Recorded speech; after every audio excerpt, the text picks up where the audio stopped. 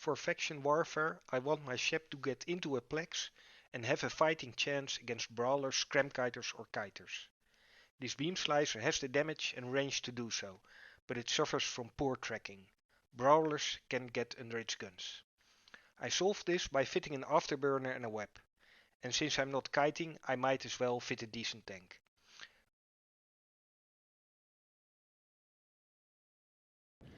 While doing one of the new exploration sites, the Stellar Transmuter data sites from Faction Warfare, I was surprised by an Astero. My Magnate is no match for an Astero, so I quickly warped out and docked and got my Slicer.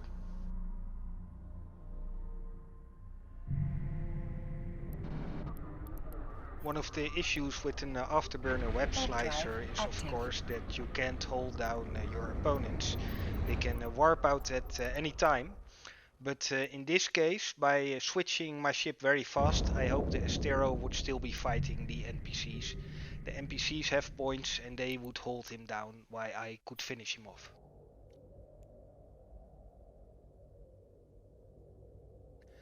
Well, these NPCs aren't really very deadly. If you leave them alone for too long, their damage stacks up. Additionally, their webifiers and points make sure that you don't have as many maneuverability as you would like. Asteros do a decent amount of damage, but they're usually extremely tanky, especially because they're an expensive ship. Other players often fit faction wrappers on them. In this case, the added damage easily breaks his tank, and he did have a number of faction modules fitted, 200 million ISK in total. Ardor is hot in terms of faction warfare these last couple of days, and why I spot an Ishkur, I go in immediately. Ishkurs tend to be brawlers, so the first thing I want to do is get some range. As you can see from the interface, there is no point visible, and my speed, even though I'm overheating, is reduced to 500 meters a second. That means this is a double web Ishkur.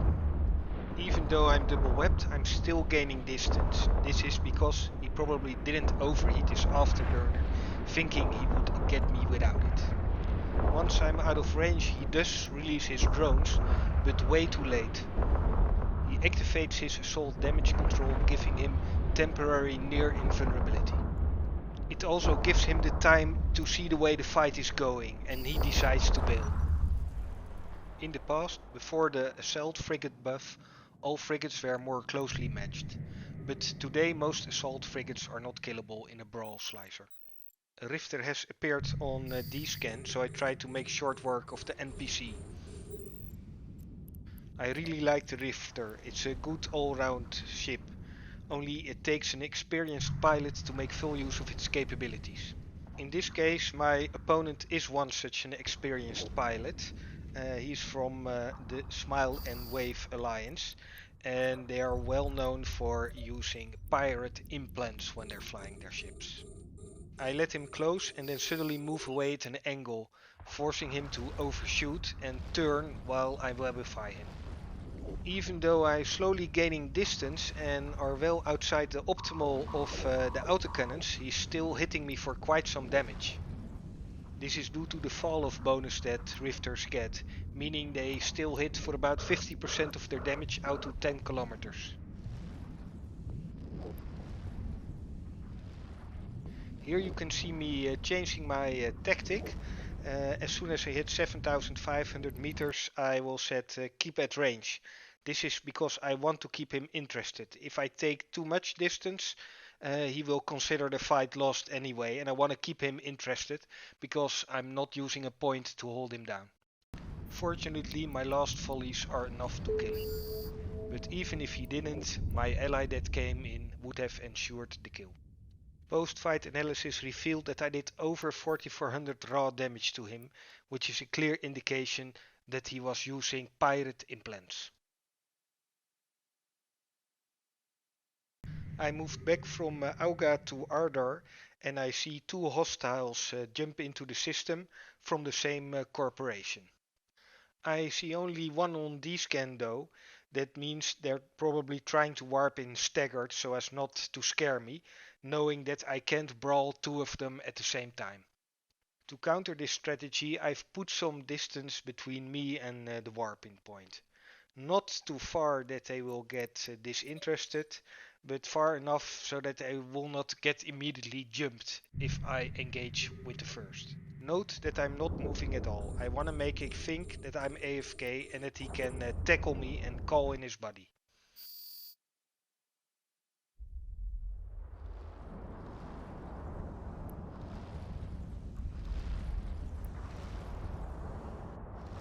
As soon as he reaches 10 km, I start moving and activate all my modules. This is where the high DPS of my slicer comes in. I need to burn him down before his buddy comes to the rescue. As in previous fight, you see me using keep at range, because these are again plated rifters and I don't want to get out of their scrap range.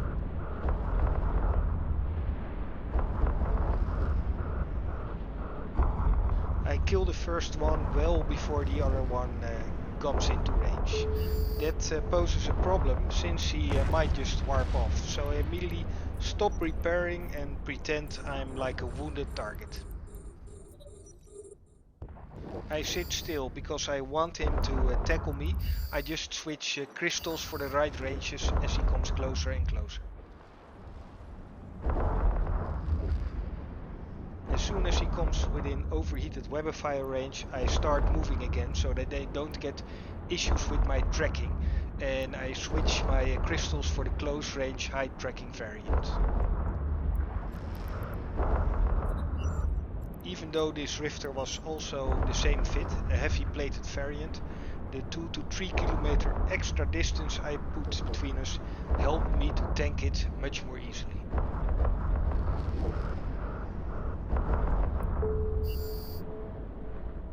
Incidentally, plated drifters are much less dangerous to my slicer fit than non-plated drifters, since non-plated drifters are actually faster than me and might get under my guns.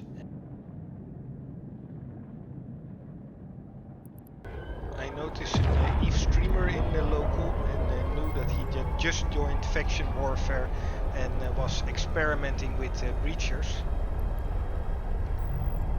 To my surprise, I see him in Kestrel, but I go in since my last 10 to 20 fights against Kestrels were easy victories. Kestrel shields are easily overcome by lasers, and my range and DPS are sufficient to beat him at scrap kite range.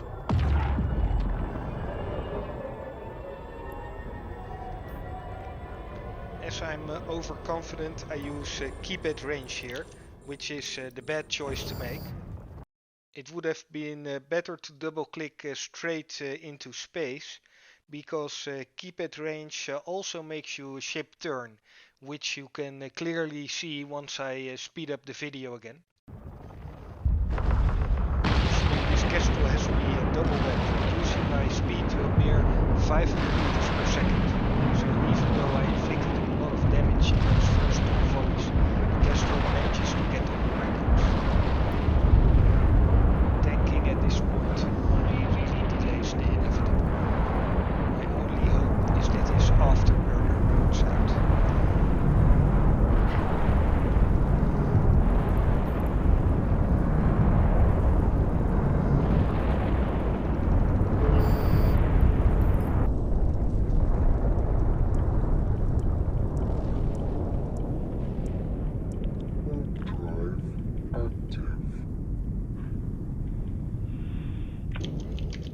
Good fight. 20 minutes or so later, I encounter the same pilot again, only this time the roles are reversed and I'm inside the plex.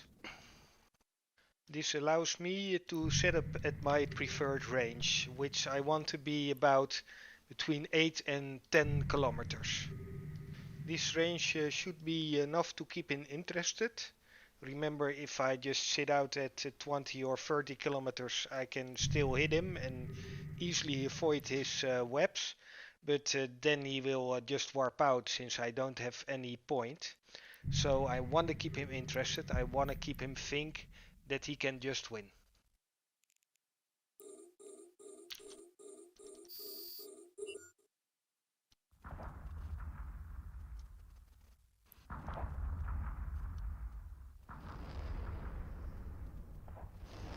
At this point, he's still tail chasing me, giving me the option to land perfect hits on him, and you see him already in structure.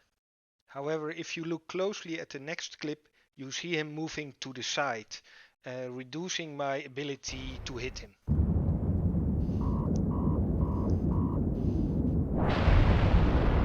Most pilots don't do this, they rely on the manual orbit, but in this case it's a smart play. But I do notice he doesn't have a point on me, so I prepare to warp out in case my guns won't hit him anymore. Fortunately, I turn in the exact direction that he was manually orbiting, and I do kill him.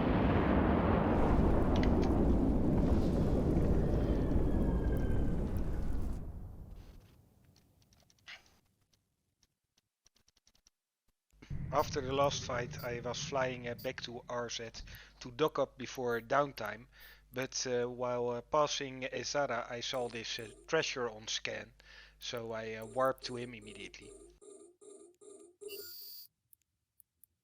This is an autocannon Thrasher, so the initial damage is pretty high, but I know the damage will drop off soon because a webbed micro warp dive Thrasher is a lot slower than an afterburner Slicer, especially on overheat. Now it's just hoping I can kill him fast enough before he warps.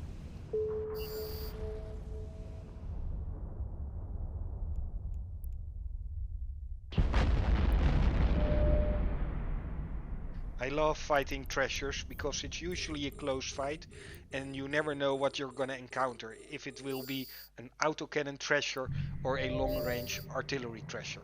I usually choose a 14-kilometer orbit initially because if you stay close to an autocannon Thrasher you will be dead really fast, and then try to pilot manually if I encounter an artillery Thrasher. Comets are one of my most dangerous opponents. I've lost more slicers to comets than any other ship.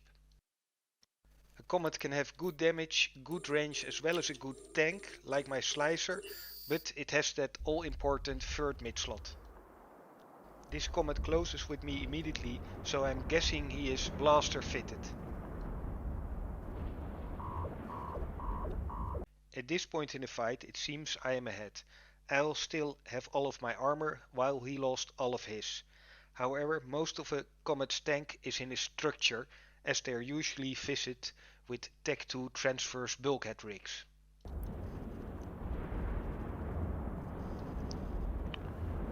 He's very close to me, but I'm not taking a lot of damage, which must mean he's railgun fitted instead of blaster fitted.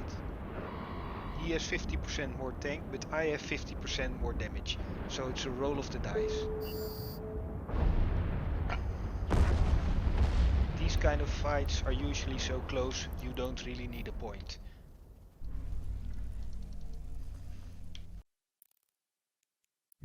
This is a newer player flying a Slasher, which really doesn't have much of a chance against my Slicer. So I warned her in local in advance not to come in. She went away at first, but then came back anyway.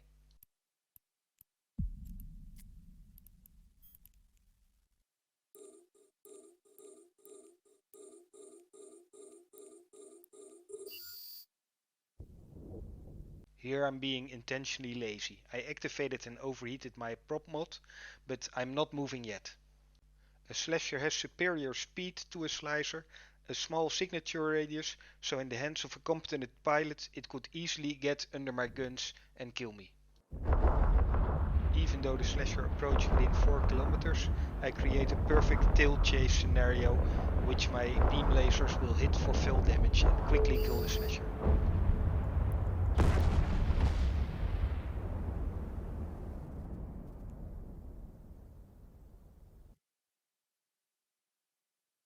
Just a few minutes after the Slasher fight, I spotted Damavik on short scan. That's usually an interesting fight. Damavik's can tank a lot, and they can apply pretty well if they come within your range. Additionally, with the utility highs, they usually have Newts or Nosferatus, which are pretty dangerous, my cap hungry slicer. I also recognize this pilot as a more experienced PvPer, so I take a little bit of distance from the warping point to set up a good approach. I don't want to be too far out, because remember, I don't have a point, so I have to keep him interested. However, I don't know what this guy was doing, but he never fired a shot at me, he just melted and popped. Not the kind of fight I prefer, but I'll take it.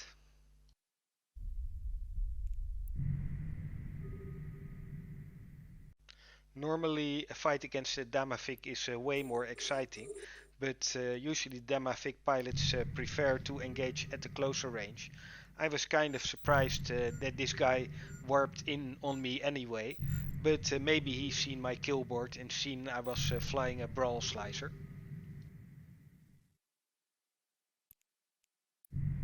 I approached the Damavik's wreck to try and loot it, but unfortunately I already got too much loot in my hold, so I actually have to jettison stuff and see what's the most valuable.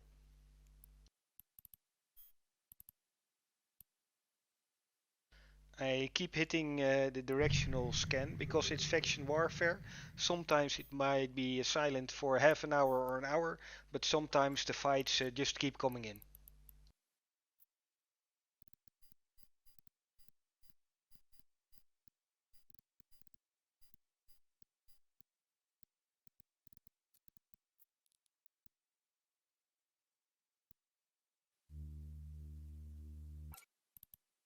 I see a Firetail on my directional scanner and I'm weighing my options. I still haven't completed looting, my modules are still damaged and Firetails are tough opponents. I start repairing my afterburner and just hope it is done before the Firetail comes in, especially as I can't use the module while it's repairing, so I can't put a lot of distance between me and the warp entry point.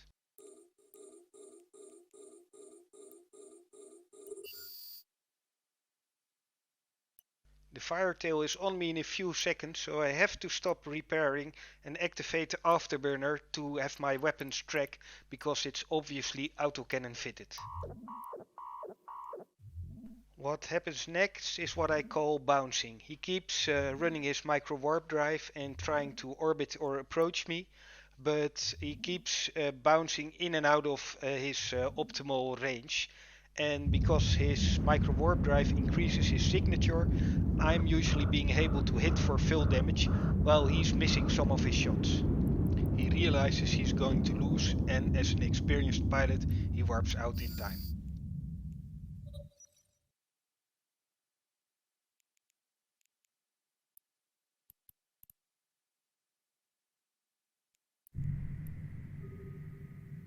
I realize I still haven't gotten around to looting the Damavik wreck, so after typing something in local, I proceed to go back to the wreck. But then I noticed my directional scanner again, and I see a whole fleet of small ships appearing on my short scan. Fortunately, they're all destroyers or Tech 2 frigates, so they can't enter this novice plex, which only T1 or pirate frigates can enter. As you can see by the ship names, they all have SA, which means they are standard fleet composition, and all these guys belong to the Sound Mind Alliance, which has prepared a lot of ships for them when they joined faction warfare on the side of the Minmatar. However, I do see your Slasher pilot from 10 minutes ago returning in a new Slasher, and she's brought a Daredevil with her. I've had this happen sometimes that I kill a pilot and they are so angry or pissed off or want revenge, and they bring a friend along to fight me. I start by creating a lot of distance between me and the warping point, because a Daredevil alone can be highly dangerous, but a Daredevil combined with a Slasher means certain doom if I engage them both at close range, even though the Slasher is still an inexperienced pilot. The additional damage, double webbing, etc. makes it impossible to win. Additionally, I expect the Daredevil to be blaster fitted, because a good revenge ship isn't a good revenge ship if you don't do face melting damage from close range.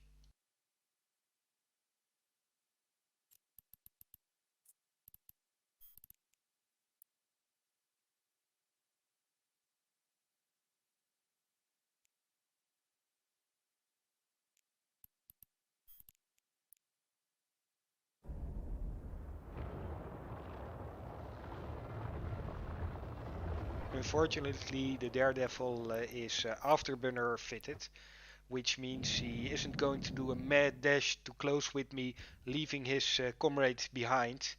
I will try to make a few pot shots at him from long range, but I expect both to be warp away well before I can kill them.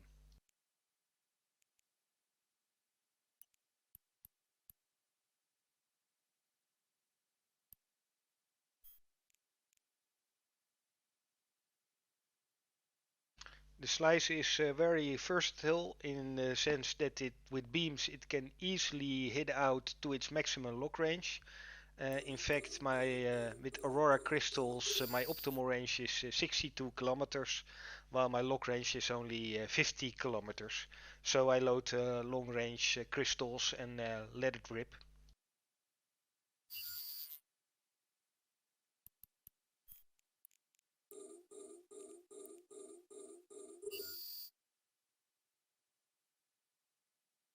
As expected, both warp out after getting some armor damage. But now I finally have the time to pick up the Damavik loot and return it to station.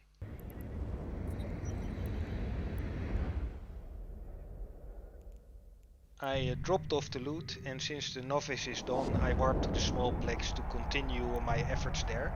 But immediately I see a Thrasher on scan there, and that is one of my favorite targets. But only moments after that, a Comet appears on short scan as well, so I figure I'll fight him just outside of the Plex. I expect him to close the distance, so I preload the multi-frequency with its 16 kilometer optimal and start firing from an orbit. However, I suddenly see a tracking disruptor effect appear, so I switch out my crystals to compensate for the reduced range that the disruptor will give me. However, I underestimate the range reduction it gives me and forget to activate my afterburner to close the distance. So I'm not hitting him, and I have to switch to even longer range crystals. However, with standard S, my damage really isn't that great and he's easily able to tank me. I decide to align out and see if I can outrun this point with an overheated afterburner on. I've fought hundreds of comets, but this is really the first time I see one with a tracking disruptor, so certainly a surprising tactic. You might have heard about the previous fights and specifically fitted the tracking disruptor to counter my slicer. But that's a good tactic and it certainly caught me off guard. Good fight.